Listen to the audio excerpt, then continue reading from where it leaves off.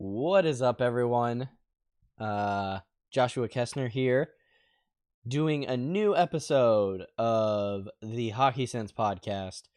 If you haven't listened to my other podcasts in the past, then this will not be any different to you. But if you have, you'll notice I'm doing a new format, and I hope you guys enjoy this new format. I'm excited to start doing it, and I think it'll be really, I think it'll be much more beneficial for this podcast. That being said, let's move on from the format. Let's talk about what we're going to be talking about today. So today we're going to be talking about the Pittsburgh Penguins playing the Nashville Predators specifically, and we will also break down the Eastern Conference and Western Conference matchups and what happened and why things went poorly. So, so that being said, let's jump right into this, shall we? So, to start off, we're going to talk about let's talk about the Western Conference first. Everyone is talking about the Nashville Predators. They're supposedly the new dark horse team, I guess. A lot of people would call them a dark horse team. I think they're a dark horse team. A team that was not expected to make the finals, let alone go very far in the playoffs. So they're the dark horse team of this year. And the Pittsburgh Penguins, which is a highly touted, highly picked team to win the Stanley Cup this year, and for good reason. With the depth of their team, the speed of their team, Coach Mike Sullivan behind the bench, Sidney Crosby playing outstanding hockey. Overall, very good reason that they should be considered a team to win the Stanley Cup, and as we can tell, they're in the finals right now. That being said, let's talk about the Western Conference Final. So let's talk about we're gonna break this down between the Anaheim Ducks and the Nashville Predators. I'm gonna be kind of brief on this because I want to get more into the prediction part of it and focus less on why things happened. That being said, let's move on. So here I have my my reasons right here in front of me. So let's talk about the Ducks versus the Predators. What went wrong? What went well? So to start off, let's talk about the Ducks. What went wrong? Well, here's what went wrong for them to lose. Their star players didn't show up. Ryan Getzlaf, Corey Perry, Ryan Kessler, Jakob Silfverberg, Rickard Rakell, and Andrew Cogliano didn't show up. They needed to score way more goals than they did. The offensive pressure that they had was extremely weak compared to what we've seen in years past, and we all know they can do much better. That was one of the biggest issues. In fact, I would say it's the biggest reason they lost. The star players didn't produce. Ryan Getzlaf did not produce. Ryan Kessler did not produce. Corey Perry produced some goals, but not as many as he needed to. And Jakob Silfverberg and Rickard Rakell produced some goals, but not as much as they needed to. The depth of this team needed to step up, and it didn't. Star players didn't step up. So overall, offensive pressure was a huge problem for the Anaheim Ducks. Like, huge. It could have been so much better, but it just straight up didn't. They didn't step up, so therefore they lost. First period struggles.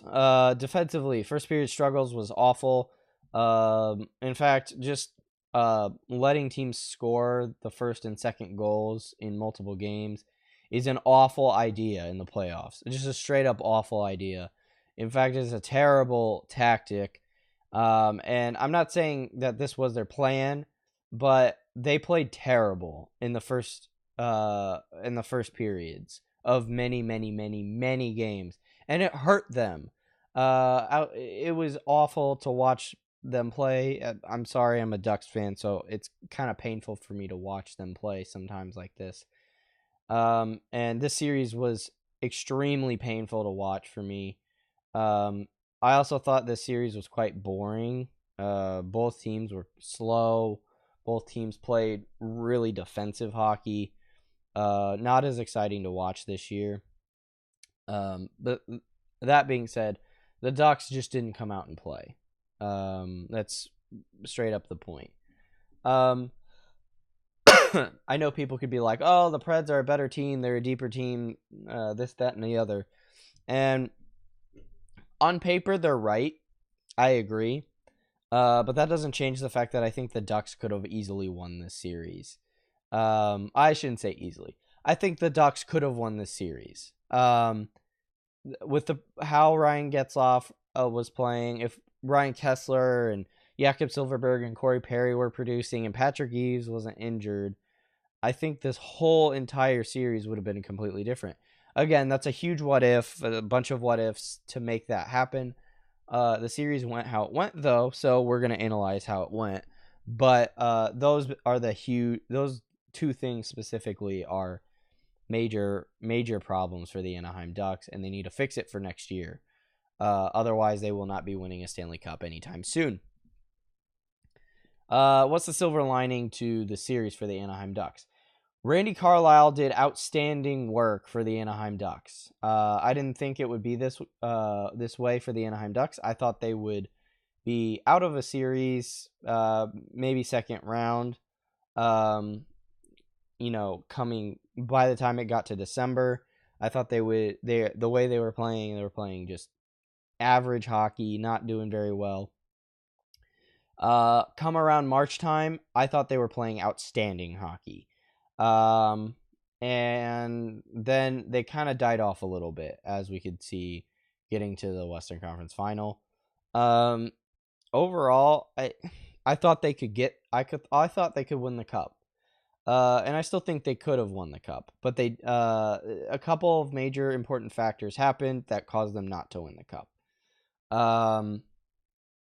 That being said, Randy Carlyle did outstanding work with this group of guys, and I'm excited to see what happens with them in the near future. Young players in the playoffs. John Gibson, this is his first year playing in the playoffs as a starting goaltender. He's a young goaltender, too. This is a very important part of the Ducks lineup, and to see him kind of evolve slowly is good for the Ducks. And it'll be interesting to see if he gets better as time goes on. I think he can do it. I think he's a good goaltender, but we'll see in the future. Players like Andre Cachet, Brandon Montour, and Ricard Raquel, just stepping up their game. Young players like them stepping up their game, playing in the major leagues. Seeing them play was really refreshing to see. Kurdilis was another player that was interesting to watch as well. I think these players have good futures, but we need to see them play better. I don't think any of these players are superstars. Montour, maybe. Silverberg is already kind of doing well, but all the players that are really young that kind of stepped in, Montour is probably the only one I expect to have a good year next year. The other ones I think will go back and forth between the NHL and the NHL like usual. But it's a good thing that they got to play in the playoffs. They got some amazing experience in the playoffs too. We'll see if that helps them out in the future. So I think the Ducks can win a cup in the next coming years for sure. Whether it'll be with these players or not, that'll be interesting to see. Overall, we'll see what happens to the Ducks, but I think they are going to be strong contenders for the Stanley Cup over the next couple of years for sure. We'll see how Ryan Getzlaf and Corey Perry end up playing, if they get traded, etc., etc. So, yeah, overall, good play by the Ducks to get to this point. Bad play once they got to that Western Conference Final round. Yeah, we'll see what happens to the Ducks. The Preds, what they did well. To be honest, this is something that I think might be considered a controversial topic for a lot of people. I think a lot of people think the Preds were an amazing team. I think they just played their game. I don't think they played outstanding hockey. I don't think they played...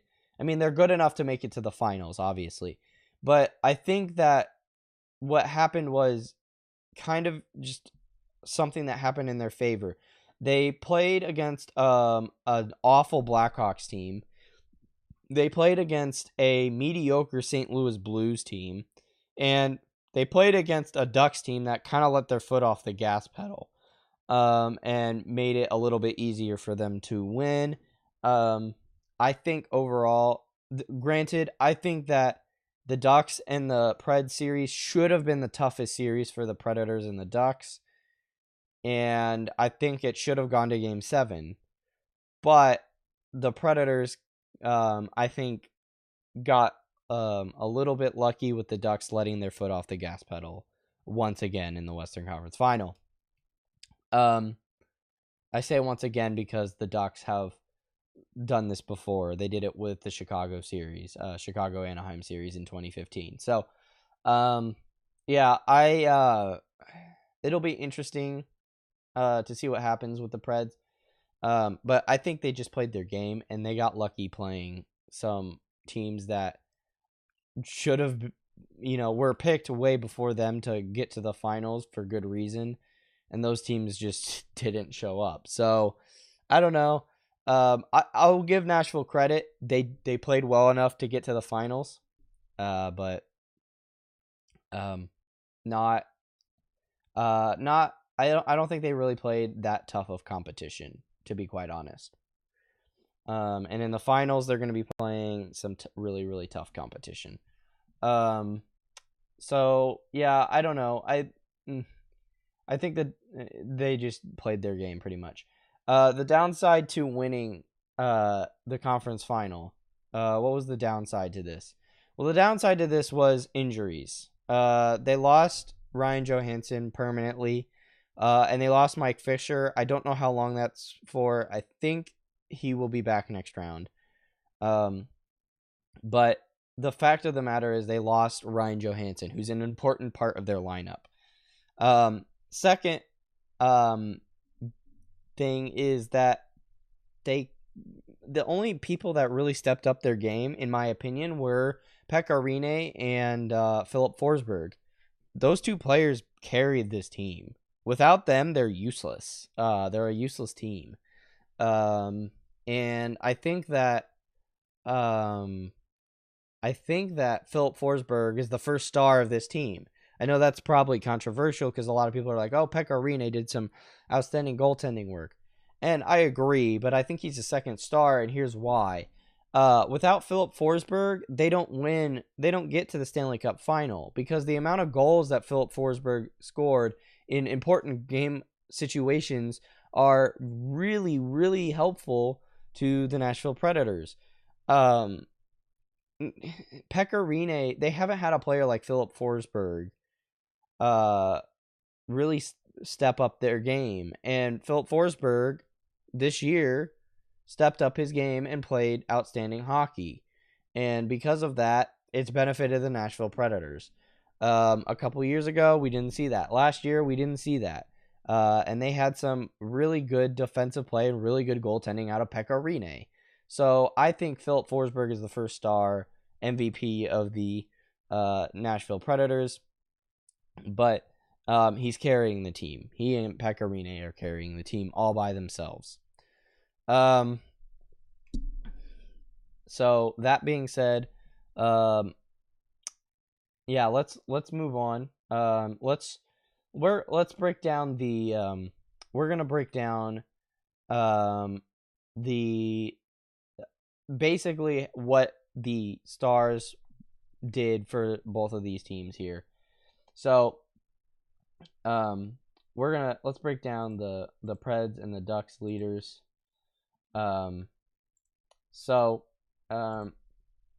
Here we have the Preds and the Ducks leaders here, and basically I think this series analysis here in the middle, I think is not accurate to how the series went. I think that this is regular season stats. I think all of these basically went out the window with this series. The series is very interesting because the Ducks basically did not. The only thing they have was face-off win percentage, in my opinion. Penalty kills was terrible. Point percentage is not helpful. Goals against per game really went up for the Anaheim Ducks. Overall, and their power play was terrible too. Overall, this is awful hockey by the Anaheim Ducks. I think this is, I don't know. These stats don't really reflect how this series went.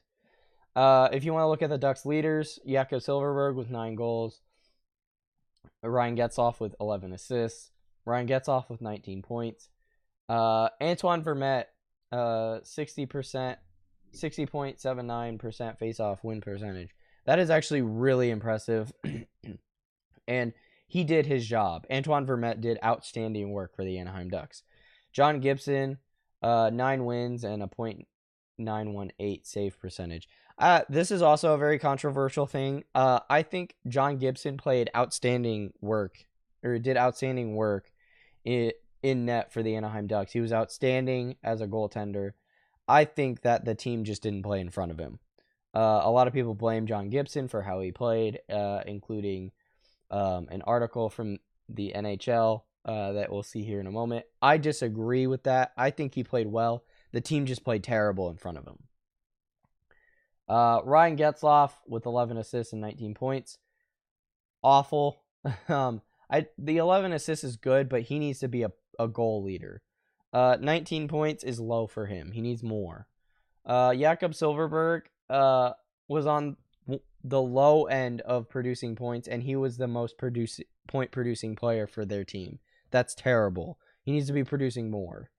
And the rest of the team needs to be producing more. So, yeah. Predators, Philip Forsberg, 8 goals. Again, I think he's the reason they won, carrying the team. Ryan Johansson, 10 assists. Again, that's great, but he's out for the series, this upcoming series in the finals. Philip Forsberg, 15 points. Again, I think he's carrying this team. Ryan Johansson with a 54.27 faceoff percentage.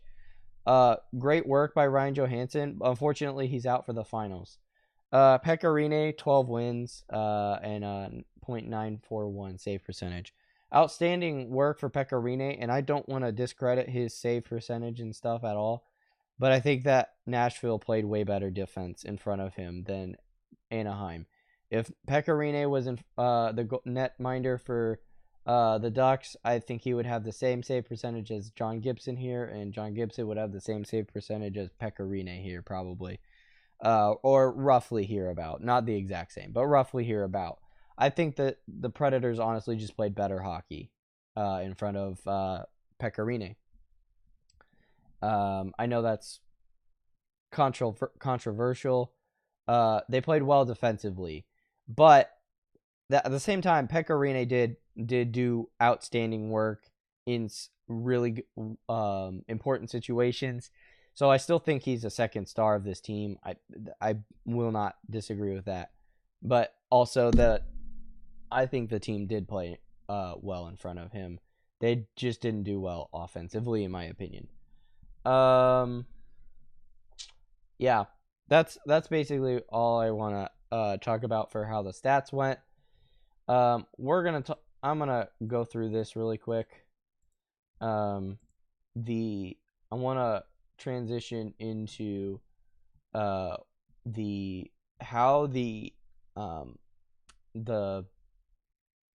what the NHL thinks that the Predators did to win. So we're gonna go into that here. So we're gonna transition here into this. So first thing, this is the Ducks. Why the Ducks lost. So we're gonna transition into this really quick. So the first thing you can see here is dump-ins against Pekka Rinne. Is the fifth reason they picked here. They think that they needed to be better on their dump-ins against Pekka Rinne. I agree to an extent, but here's where I disagree. I think they needed to do less dump-ins on Pekka Rinne.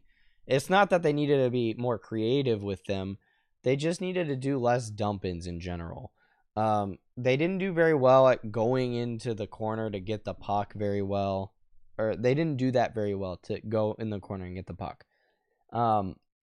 Anaheim just didn't work out in their favor for this. This was an awful strategy.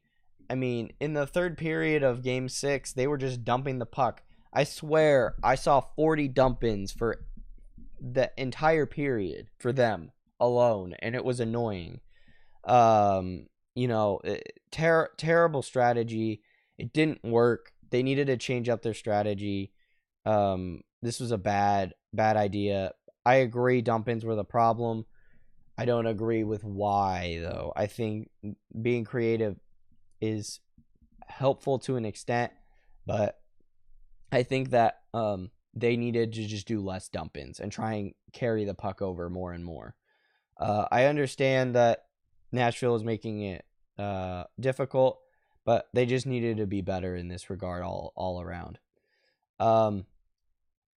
Number 4, little offense from Ryan Kesler and Andrew Cogliano. Also, Jakob Silfverberg's on this line as well. I agree. Ryan Kesler and Andrew Cogliano need way more point production from them. They need way more goals. Ryan Kesler was a threat last year. And he was the best player for the Anaheim Ducks. This year, he was non-existent offensively on the ice. Defensively, he was there, but he needed to be shooting the puck way, way more. He wasn't. And the times he did, majority of the time, he was shooting from a bad angle or trying to make a pass or get a rebound off the goalie to another player. I respect the fact that he's trying to be a team player, but sometimes being a team player is shooting the puck. Andrew Cogliano also needs to shoot the puck, just straight up. Didn't start shooting the puck until it was too late in the series. Not helpful. Jakob Silfverberg was doing well at the beginning of the series and played terrible at the end. I don't know what happened to Jakob Silfverberg, but he just stopped playing. But this is the sad part. This was the most productive group offensively for Anaheim. So this tells me that these players are playing terribly. The people behind them are playing worse in terms of point production. You got Ryan Getzlaf, Corey Perry are playing awful. Nick Ritchie had a couple goals that, granted he scored on, but the rest of the team should have buckled up behind him and went, all right, let's do this. Let's get some goals. And that didn't happen. Anaheim relied way too much on their filler players, their backup players, and this hurt them. They needed more than one line or one or two players to score goals for them. They needed multiple lines to score goals. I agree 100% on this. This is their biggest issue. John Gibson wore down. I disagree with this. I think a lot of goaltenders wear down in the playoffs in general. This isn't anything new. The thing that hurt Gibson was his injury. That was the biggest issue. His injury. I think he didn't do very well later in the series for a couple of reasons. One, I think he was struggling with the strength of how strong a lot of the teams are in the playoffs. And number two is I think that his team wasn't playing in front of him. The biggest issue was his team wasn't playing in front of him. I don't think John Gibson got like really tired or something all of a sudden, and Pekka Rinne just kept playing. I don't think that was it. I think John Gibson just had a natural, just slowly got tired over time, and what was even worse was his team just wasn't playing in front of him. I don't blame John Gibson. I think he played absolutely fine. I don't agree with this issue. I think it's more of the team in front of him rather than him playing. Loss of Getzlaf's line mates. I agree. With Patrick Eaves and Ricard Raquel, both 30 goal scorers. That's 60 goals between two players that get removed from your line mates due to injury. Not only that, Patrick Eaves didn't even play at all during the Nashville-Anaheim series. It might have been a completely different series with Patrick Eaves in the lineup. He missed 10 games.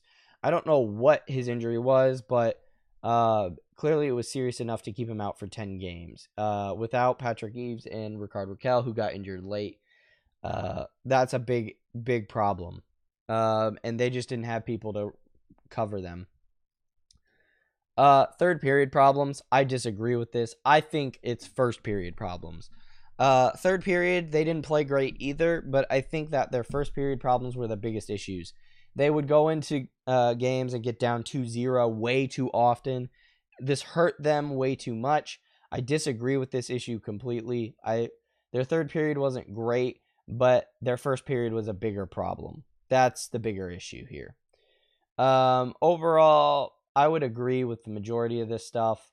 But I still think third period was an issue for them, but their first period was a bigger issue. That should be their number one thing up here, not their third period problems. Actually, I think their offensive production is a bigger issue than their third period problems. And actually, it ties in together if you think about it. They didn't play well in the first period or the third period because they didn't possess the puck. They didn't put offensive pressure on the Nashville Predators, and that created a huge problem. Their players weren't stepping up with Ryan Getzlaf, Corey Perry, Ryan Kessler, Jakob Silfverberg, Andrew Cogliano. Without their star players stepping up, creates big problems. Okay, let's move on. I want to talk about I want to talk about the Nashville Predators here. So let's talk about why Nashville won here. So start off at number 5, smashing success. This refers to their crowd, how loud their crowd was, and how important they are. This is something that I really actually quite disagree with. I think that while it did have a big effect in some of the games, a lot of the games with the teams they played, I don't think it really made all that big of a difference. Granted, that's a very opinionated thing, and I don't have any fact to back that up. But playing a team like Chicago first round, I mean, with Chicago, half your stands are going to be filled with Chicago fans. So I don't know. That's an interesting statement. With St. Louis, again, there's a lot of St. Louis fans. Probably won't be a whole lot in the stadium, but still, like, I don't know. St. Louis players have played in loud stadiums before. And Anaheim, well, I think that might have had a bigger issue for Anaheim. But, again, they've played in some big games. They played in some loud stadiums. I mean, the LA Kings Stadium at the Staples Center is pretty loud. And they play there a lot. So, I don't know. This is an interesting statement. I think it might have had a little bit of an effect, but not as much of an effect as they have. As I think they were just looking for something else to put here. but I don't know. I think it helped, but not that much. Containing Ryan Getzlaf. I think this is an issue that this is an interesting statement. I think Ryan Getzlaf created this problem more than Nashville did. Ryan Getzlaf stepped off the gas pedal, stopped shooting the puck, stopped being an offensive threat, and more of a passing player in this series. I don't know where he was, but he didn't show up. I'm not gonna discredit Nashville in this because I think they did contain him well, but I also think that Ryan Getzlaf created this problem himself. He stopped playing. So credit to Nashville. They did well doing this, but I also think that this is also an issue with Ryan Getzlaf. Pekka Rinne playing really, really well. Yeah, outstanding work. But I've seen him play really, really well and play against teams who are way better than Nashville and just straight up beat them. Again, like I said earlier, I don't think that Nashville has played a really tough opponent until the finals. They're going to play a really tough opponent in the Pittsburgh Penguins, and we'll see how he plays there. I don't really think he's played all that tough of opponents, to be quite honest. And that's coming from someone who thought as an Anaheim Ducks fan who thinks the Anaheim Ducks could have played a much better, much stronger series, and I don't think they played all that well, and I don't think they played all that tough. So the biggest thing they did well was throw body checks. That was about it. So I don't know. Pekka Rinne, all credit to Pekka Rinne. He's played really, really well up to this point. We'll see what happens to him. I agree. He's one of the reasons they won, though. Overcoming injuries. Again, interesting statement. The biggest injury was Ryan Johansson, and he was out. They didn't have him for one game. I don't know. It was okay. And they beat a really tired, really injured, really terrible playing Anaheim Ducks team without Ryan Johansson. I don't know if this is really all that big of a reason why they won. In fact, I don't know if it really makes all that big of a difference. I know a lot of people are like, "Oh, the loss of Ryan Johansson, the benefit goes to Anaheim." I agree, it should have, but the difference is that the Anaheim centers didn't come out to play. That's basically what happened. This will be more of a factor in the next round. Fantastic Philip Forsberg. Philip Forsberg, again, like I said, star of the team, MVP of the team, carrying the team. There is no other player on this team other than Philip Forsberg who's carrying the team outside of Pekka Rinne. You could make a good argument for Pekka Rinne as well, but I think he is the MVP. He is the star player. Without Philip Forsberg, they get nowhere. That's how I view it. So, Philip Forsberg, yeah, biggest reason they've gone to the finals. Philip Forsberg reminds me of a Brandon Saad, even Phil Kessel, Carl Hagelin. Basically, what I'm trying to say is, in every year, there's one player who helps a team get all the way to the finals. And last year it was Phil Kessel and Carl Hagelin. The year before that, it was Brandon Saad. And for the Chicago Blackhawks. This year, it's Philip Forsberg. We'll see if that makes that big of a difference, because I think that Sidney Crosby, Evgeny Malkin, and Phil Kessel are still the key players for the Pittsburgh Penguins, and they are creating good opportunities for them to win the Stanley Cup again.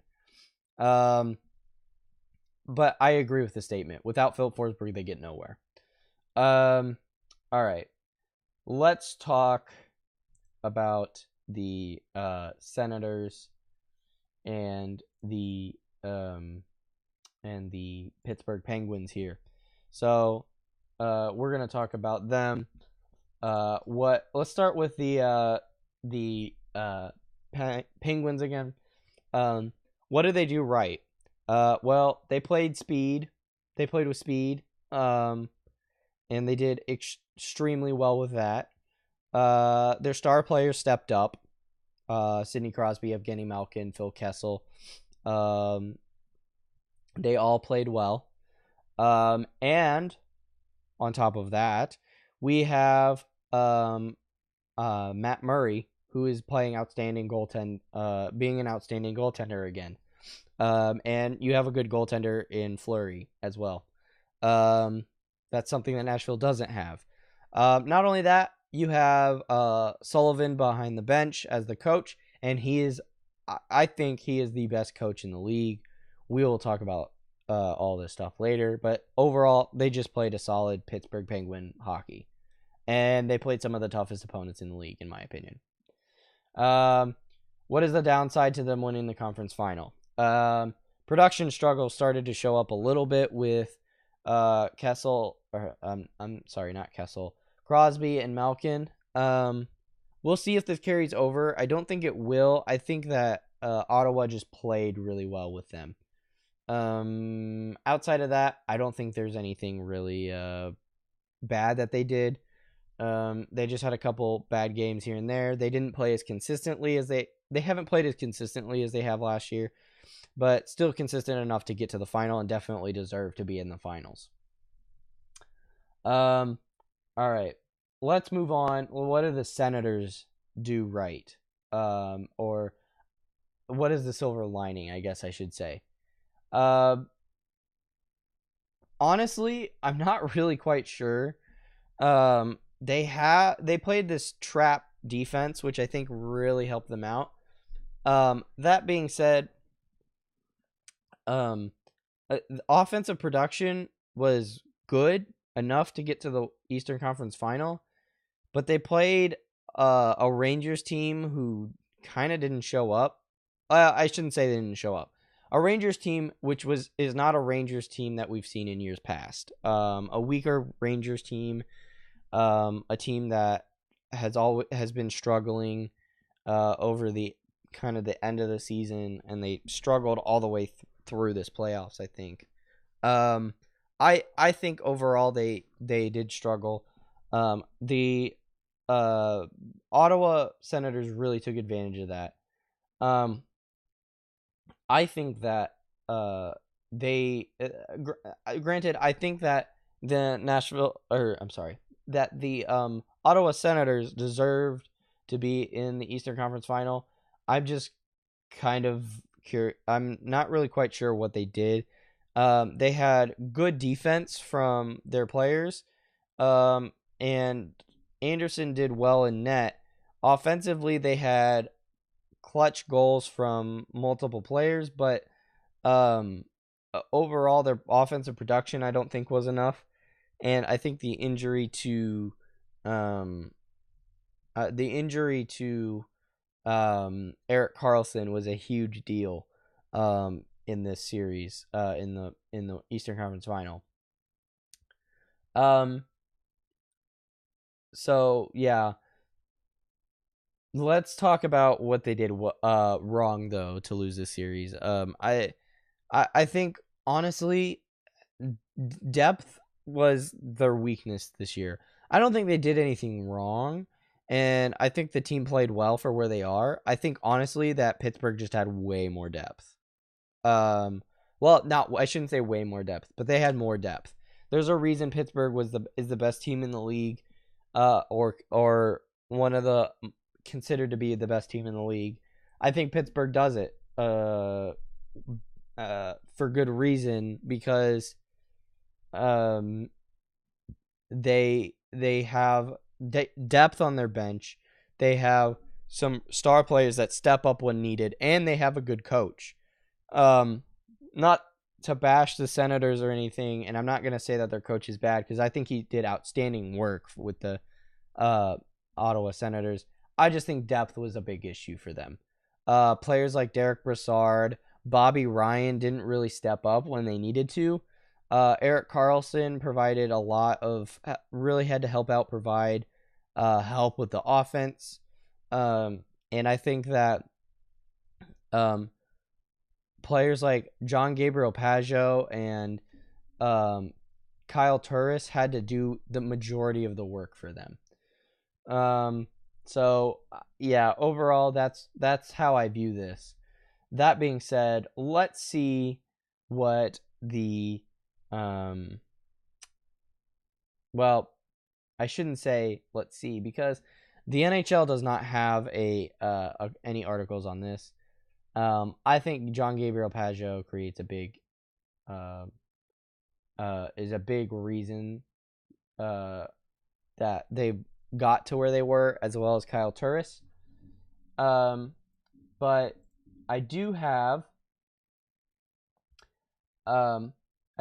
these stats here in front of me, and let's look at these stats here. So we have overall, we have a series analysis.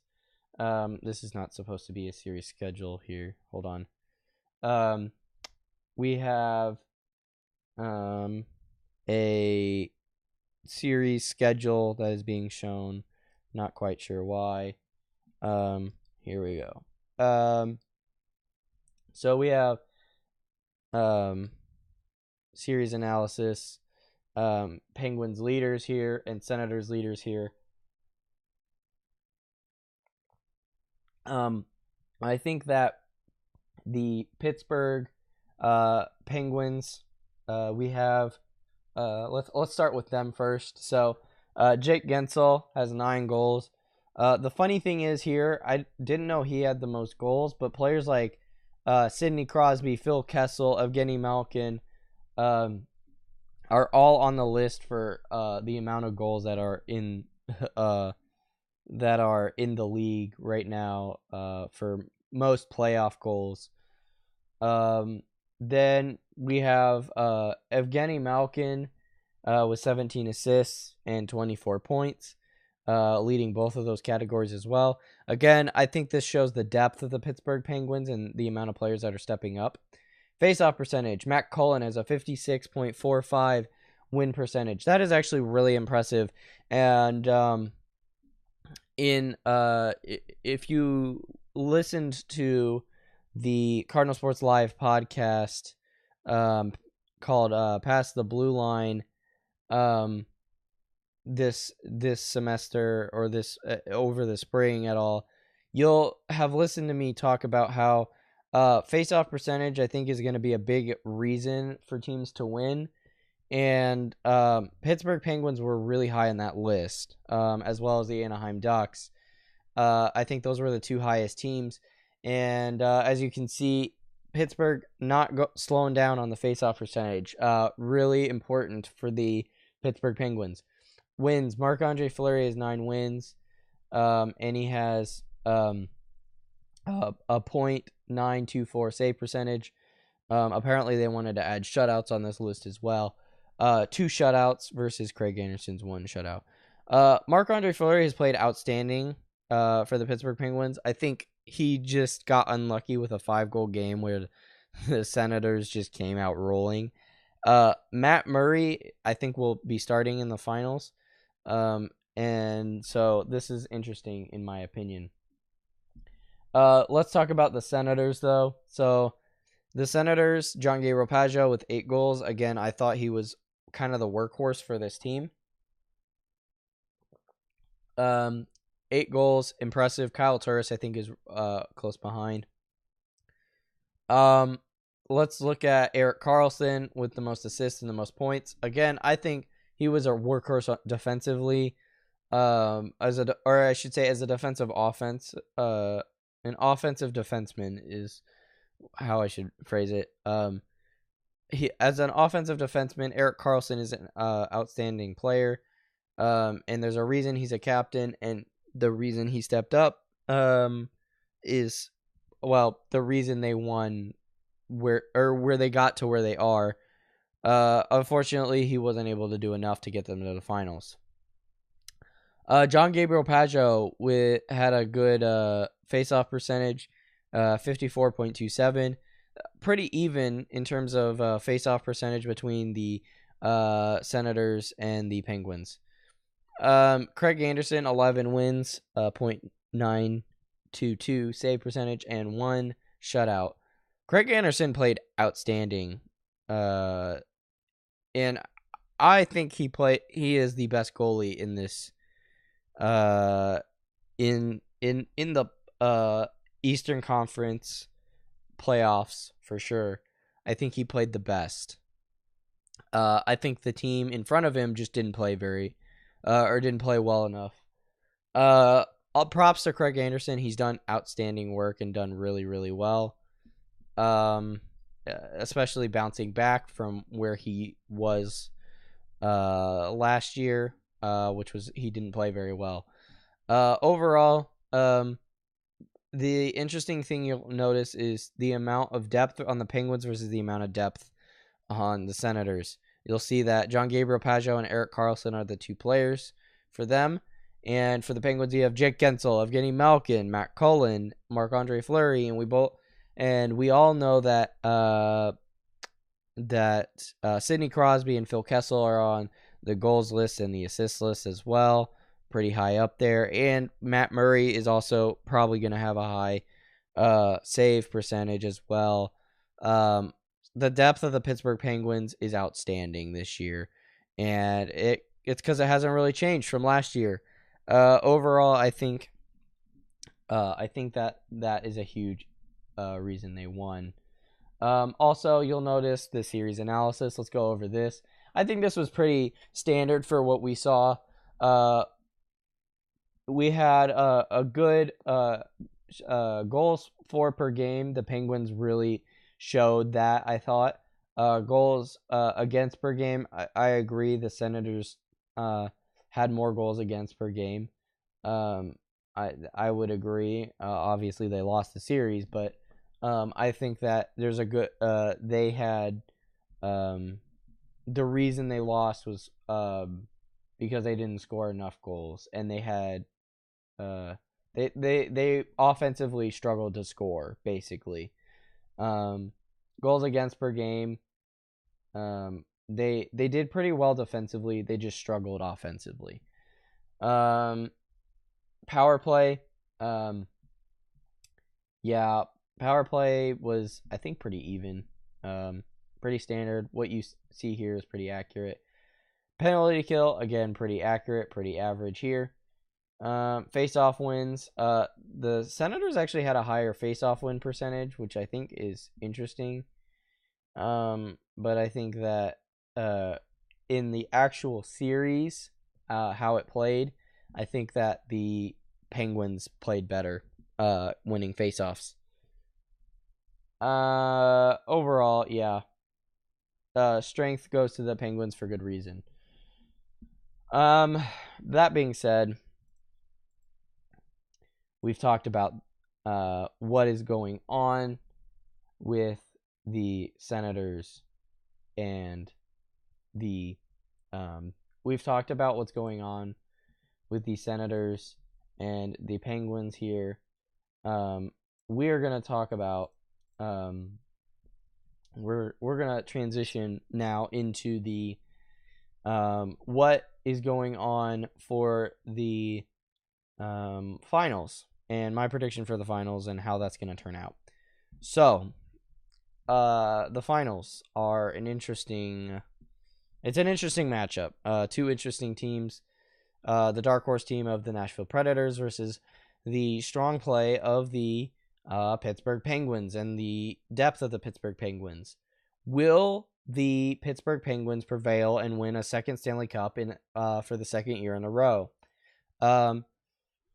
If so, then the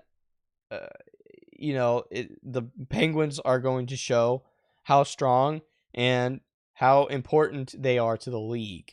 The Nashville is I think a strong team. They haven't played as strong a team as the Pittsburgh Penguins. The Pittsburgh Penguins are definitely their strongest team they will have ever faced in the playoffs this year. And in the finals, of course, the Penguins are not going to be a slouchy team. Overall, I think this will be an interesting matchup. We'll see what happens. That being said, let's talk about who I think has the upper hand. The upper hand goes to, in my opinion, the Pittsburgh Penguins, and I will explain why here. They have the experience. The players have the experience. They've won Stanley Cups before, many of them multiple cups. Overall, Stanley Cups and experience go to the Pittsburgh Penguins, in my opinion, and give them good reason to win another Stanley Cup here. Also, I think Sullivan is a better coach. I overall he's just a much more tactically sound coach, and I think he knows when to push the right buttons. He reminds me of Daryl Sutter, who pushes the buttons at the right time. May not be the nicest coach in the world, but he knows what he's doing. Also kind of reminds me of Coach Quenneville a little bit too. I think Sullivan's a better coach. No offense to Peter Laviolette, but I don't think he can pull it off. I really don't. I could be wrong, but I don't. In my opinion, from what I'm seeing so far, I don't think he wins the cup. And I don't think the Predators win the cup. Also, more depth at the center ice position. I think the Pittsburgh Penguins win in that regard. Also, the lack of Ryan Johansson makes a huge benefit to the Pittsburgh Penguins, and I think it's a big benefit overall at the center ice position for the Pittsburgh Penguins. Not only that, depth as a whole, as I've been saying so much in this podcast, that the Pittsburgh Penguins' depth is the biggest issue that the Nashville Predators will have to deal with. Also, speed. The Pittsburgh Penguins have some of the fastest players in the league, and guess what? Nashville is not really a fast team. Nashville's a slow team. Heavy hitting team, but they're a slow team. The fastest team they had to play so far in the playoffs was the Chicago Blackhawks, who didn't really play all that well. I think that the Pittsburgh Penguins are going to play outstanding, and I think they're going to play with a lot of speed this round, and I think it's going to create some problems for the Nashville Predators overall. Overall, I think the Pittsburgh Penguins take this, and I think they have the upper hand. Also, I think they win the series. What is my prediction here? Well, my prediction is this. I think the Pittsburgh Penguins win in 6. They win in 6 games, but I think there's going to be a lot of overtime games. I'm not going to count out the Nashville Predators and say that the Penguins sweep the series or, win every game single-handedly. I don't think that happens, but I think the Pittsburgh Penguins just, as a whole, are just going to win based on their experience and their depth. Overall, Penguins in 6. I think there's going to be some strong and important overtime games that the Penguins are going to need to win, and if they do, they win the series.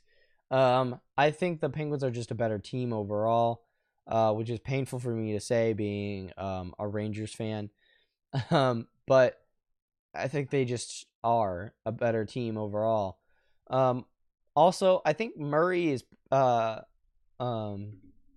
Murray is an equal goaltender to Pekka Rinne. I think they're both going to be outstanding in net, and I don't think there's going to be an advantage either way. I also think that if Matt Murray doesn't play well, Marc-Andre Fleury will be up to his game as well. I think either way, the Pittsburgh Penguins win this series, and I think they win in 6 games with some important overtime games. Overall, advantage goes to the Pittsburgh Penguins, in my opinion. Now let's look at the statistics for the Penguins versus the Predators here. So the Penguins versus the Predators here, what we're going to be seeing is the Penguins they were first in the league in goals for per game. And while I do agree that this is going to be helpful. We'll see if it's going to be this high. I think they'll be scoring a lot of goals. I think it'll be important to them, but we'll see if they are grading 3.39 per game. Goals against per game. The Nashville Predators take this, and to be honest, I would agree that it'll go this way. The only difference is that I think that Nashville just plays better defense, but they don't produce as much. They don't produce as much offensively as a whole team. I think the Penguins win either both of these categories, and they just overall they're just the better team. That's my opinion. Power play. This will be a huge thing if Pittsburgh's power play is rocking, which I think it will be. I think that Pittsburgh wins this series easily. Nashville takes a lot of penalties, and I've seen them take a lot of bad penalties at important times as well. Overall, I think Pittsburgh still wins in this category as well. Penalty kill. I gotta give this one to Nashville. I think if they're gonna be taking more penalties, they're gonna have to probably try and prevent more penalties. So they're probably gonna be focusing more on penalty kill. I think the Penguins still score important goals off of the power play. I think the penalties that Pittsburgh takes will not help them. So I think the penalty kill still goes in the advantage of the Nashville Predators here. Also with Pekka Rinne in net, I think that's going to be more helpful. Being a more defensive-minded team, that would make sense. That doesn't mean that I think they'll stop every power play or anything like that. I think Pittsburgh still scores more on the power play than what they saw between Anaheim, St. Louis, and Chicago combined. But that's my opinion. Point percentage, not really helpful. Overall, I think that the Pittsburgh Penguins, all these stats lean in the favor of the Pittsburgh Penguins. And I don't see any reason why the Pittsburgh Penguins don't win this series. I think it'll be a good series to watch for sure. And I don't see any reason not to watch this series. But I have to lean with the Pittsburgh Penguins on this one. I know a lot of people think that the dream team is going to be with the Nashville Predators, including some of the reporters with such as like Jeremy Roenick and Pierre Maguire. They really jumped on that Nashville bandwagon. I still think that Pittsburgh wins this series. And that's sad for me to say because I would love to see more teams that are not Pittsburgh or Chicago winning or the LA Kings for that matter winning playoffs, Stanley Cups. Winning Stanley Cups as a whole. That's just something I don't really want to be seeing. I want to be seeing more threats in the league. And unfortunately, I don't think that'll happen this year. I think Pittsburgh wins the cup. Like I said, in 6 games. So, overall, I don't see a reason that Pittsburgh doesn't win the Stanley Cup. So, anyways, that is my analysis overall of how the teams have played. Before I go, we're going to do a quick analysis of the overall playoffs as a whole. This will be my last thing we're going to talk about here. So we're just going to talk about league leaders in these playoffs. So here are currently the league leaders that we're going to be seeing here. So these are goaltenders here. So here I'm gonna put all of the top players here.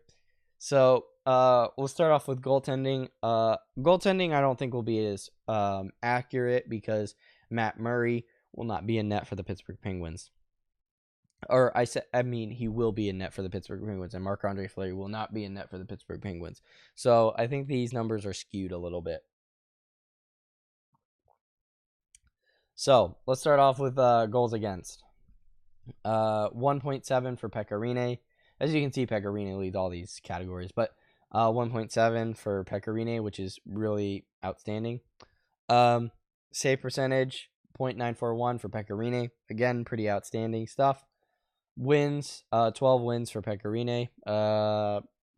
That's good. I mean, it would make sense because he's going to the finals. Shutouts, 2 for Pekka Rinne, which is good, I guess. The point of the matter isn't to... Shutouts are important, but not that important.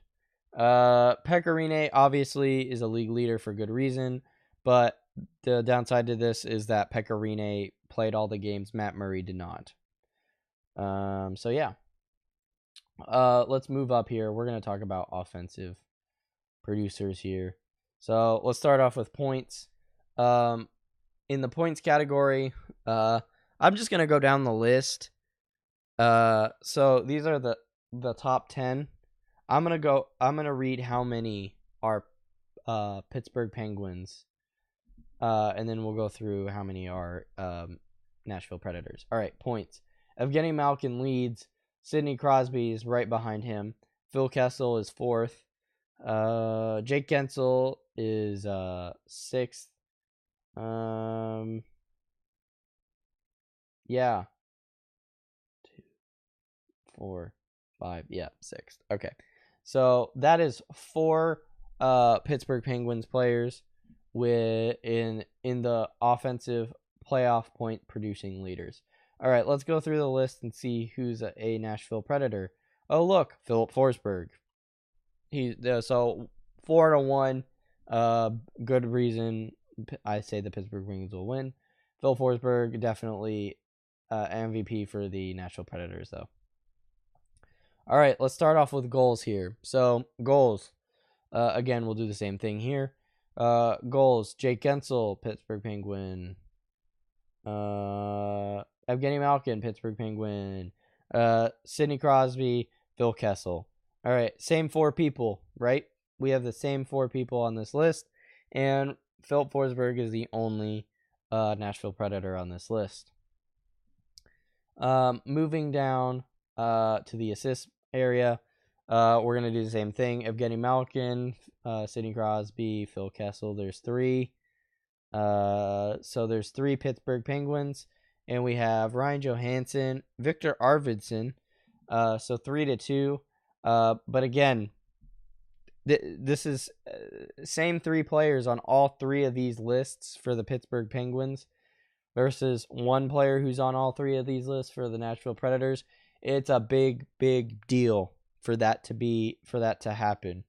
Plus minus, I don't really pay attention to plus minus all that much, but we'll go through it. Philip Forsberg's leading this list. Victor Arvidsson, so there's 2 for the Nashville Predators.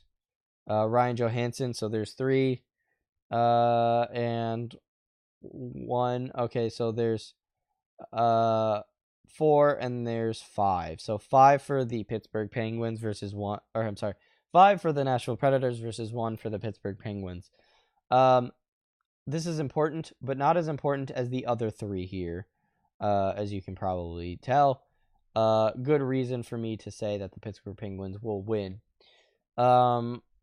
in 6 games. So overall, here is my list. I hope you guys enjoyed listening to me talk about this. As we get closer to the end of the Stanley Cup playoffs, I will be doing one in sort of towards the end of it, because my goal is to do one every week. Every weekend I plan to do one of these, get them uploaded. That is my goal. We'll see if that happens, but my goal is to do that. It would be nice to do this When I started the podcast, I didn't get to do playoff predictions or talk about the playoffs.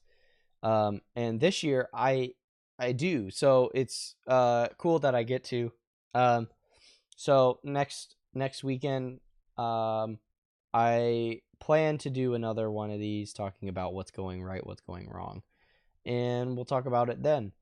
Um, After that, we'll be talking about trades. We'll be talking about moves. What do teams need to do? And what needs to happen there. For those of you who want to hear more of what I had to say during the regular season, going into the playoffs at the beginning, you can check out Cardinal Sports Live. It's a club I'm a part of at my university, and we have a podcast group called Past the Blue Line that focuses on hockey. I was the host of that podcast, and it was really fun to do. I have some guests or analysts that were there pretty much every week. Will Hatzel and Tommy Grotzkowski were my analysts, and they did outstanding work. But feel free to listen to what they have to say, as well as what I had to say. Go check that out.